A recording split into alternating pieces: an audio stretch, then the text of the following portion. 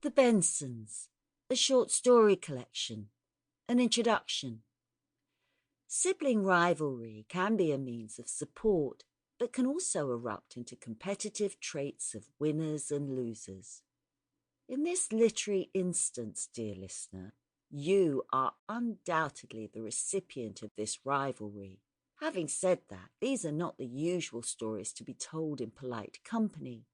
No, extinguish that idea immediately.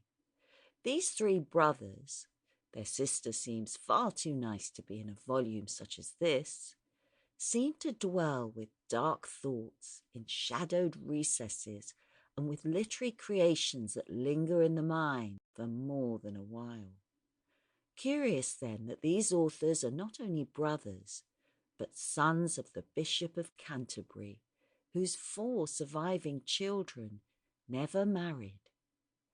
Edward Frederic, better known as E F Benson, a Cambridge alumni and one of the most popular and coveted of the turn-of-the-century authors, with a glorious way of creating soul-searing mayhem in the span of a few pages of a short story, as well as being a novelist, biographer, memoirist and archaeologist.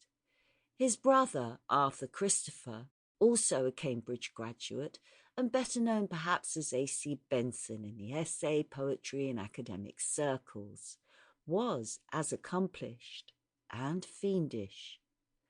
The third Cambridge attending brother, Robert Hugh, and yes, better known as R H Benson, was a novelist across several genres and a short story writer who was also a Catholic priest. Perhaps that gave him an edge.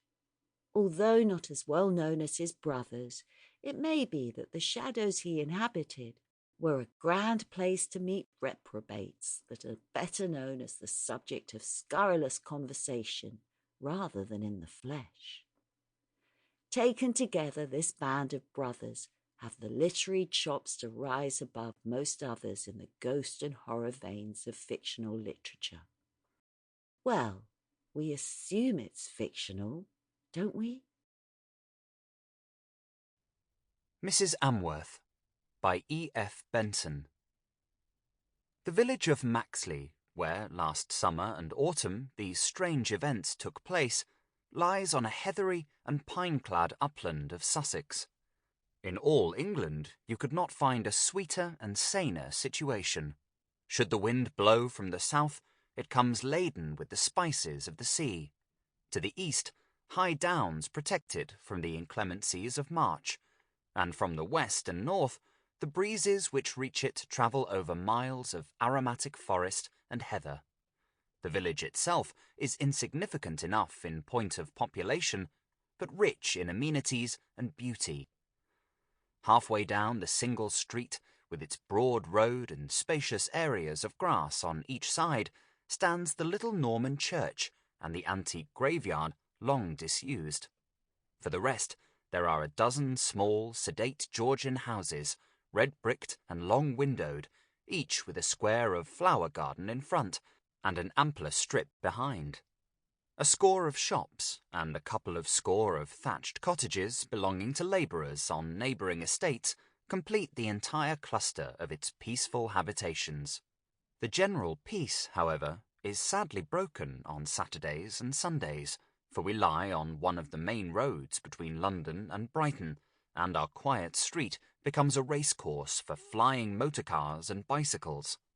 A notice just outside the village begging them to go slowly only seems to encourage them to accelerate their speed, for the road lies open and straight, and there is really no reason why they should do otherwise.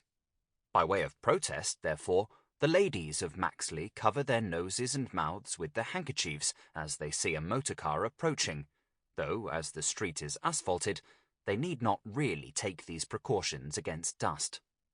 But late on Sunday night, the horde of scorchers has passed, and we settle down again to 5 days of cheerful and leisurely seclusion.